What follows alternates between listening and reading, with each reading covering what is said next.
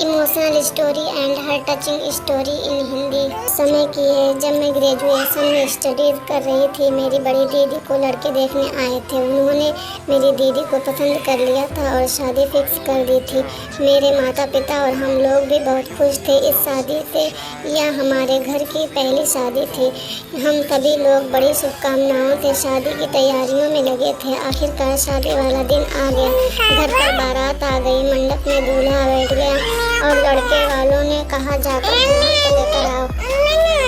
हम सभी लोग अपनी दीदी को उनके कमरे में ले गए, लेकिन जब कमरा खोल कर देखा तो हम सभी लोग हैरान रह गए। वहाँ पर दीदी नहीं थी। वहाँ पर सिर्फ एक पत्र मिला जिस पर लिखा हुआ था, पूजनीय दुल्हन और माता पिता, मैं यह शादी नहीं कर सकती। मैं किसी और से प्यार करती हूँ। छोड़कर उसके साथ भाग रही हूँ। अब मैं दोबारा नहीं लौटूंगी। यह सुनकर मेरे माता पिता के पैरों तले जमीन खिसक गई।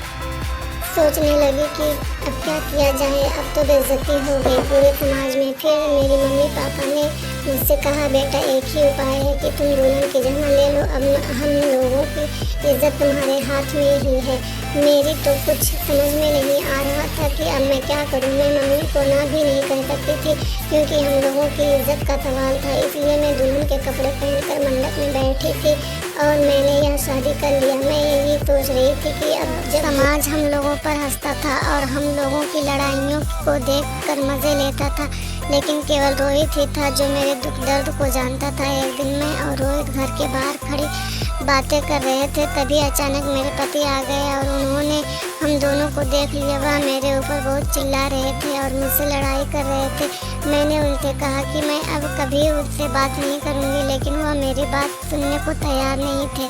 बहुत ज़ोर ज़ोर से चिल्ला रहे थे, जिस वजह से उनका बीपी बहुत हाई हो गया था। वह चिल्लाते हुए जीने की तरफ जाने लगे, तभी उनका पैर फिसल गया। वह जीने से फिसल कर नीचे गिर पड़े। मेरी तो समझ में नहीं आ रहा था कि अब मैं क्या करूं। मैंने सोचा क्यों ना राहुल की मदद ली जाए, कोई और भरोसा करने वाला तो मेरी मदद नहीं करेगा। इसलिए मैंने तुरंत ही अपने पड़ोस के राहुल को बुलाया और हम दोनों तुरंत उनके अस्पताल ले गए। अस्पताल ले जाने के बाद डॉक्टर ने मुझसे कहा कि आपके पति कोमा में चले गए, अब भगवान ही उनकी रक्षा करे। मैं भगवान से बहुत प्रार्थना करने लगी उनको जल्दी से ठीक हो जाए। मैंने और राहुल ने दिन रात उनकी सेवा की। मेरे पति को भी महसूस हो गया था इतना पैसा दौलत होने के बावजूद भी किसी ने उनके साथ नहीं दिया। सिर्फ राहुल और मेरी पत्नी ने मेरा इतना साथ दिया। एक दिन डॉक्टर ने मुझे कॉल किया और कहा कि आपके पति होश में आ गए हैं, जल्दी आ जाइए। मैं और राहुल जल्दी से अस्पताल पहुंचे। मेरे पति ने मुझसे कहा कि अब मेरे पास ज़्यादा समय नहीं है, या लो तुम और राहुल गर्मियों में शादी कर लेना। मैं अब इस दुनिया से जा रहा हूँ। वह इस दुनिया से चले गए।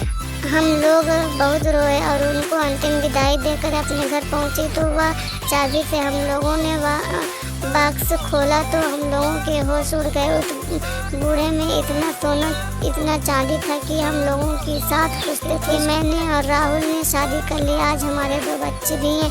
आज हम लोग मज़े से अपनी ज़िंदगी जी रहे हैं और बहुत खुश हैं। दोस्तों, अच्छे इंसान के साथ हमेशा अच्छा ही होता है। ज़िंदगी में आपसे उम्मीद करते रहेंगे, वह उम्मीद का फल आपको एक दिन ज़रूर मिलेगा। एक नई कहानी के साथ आपसे फिर मिलेंगे। धन्यवाद दोस्तों, अगर यह वीडियो अच्छी लगी हो तो अपने दोस्तों के साथ शेयर करें और कमेंट में अपनी राय ज़रूर बताएं। धन्यवाद।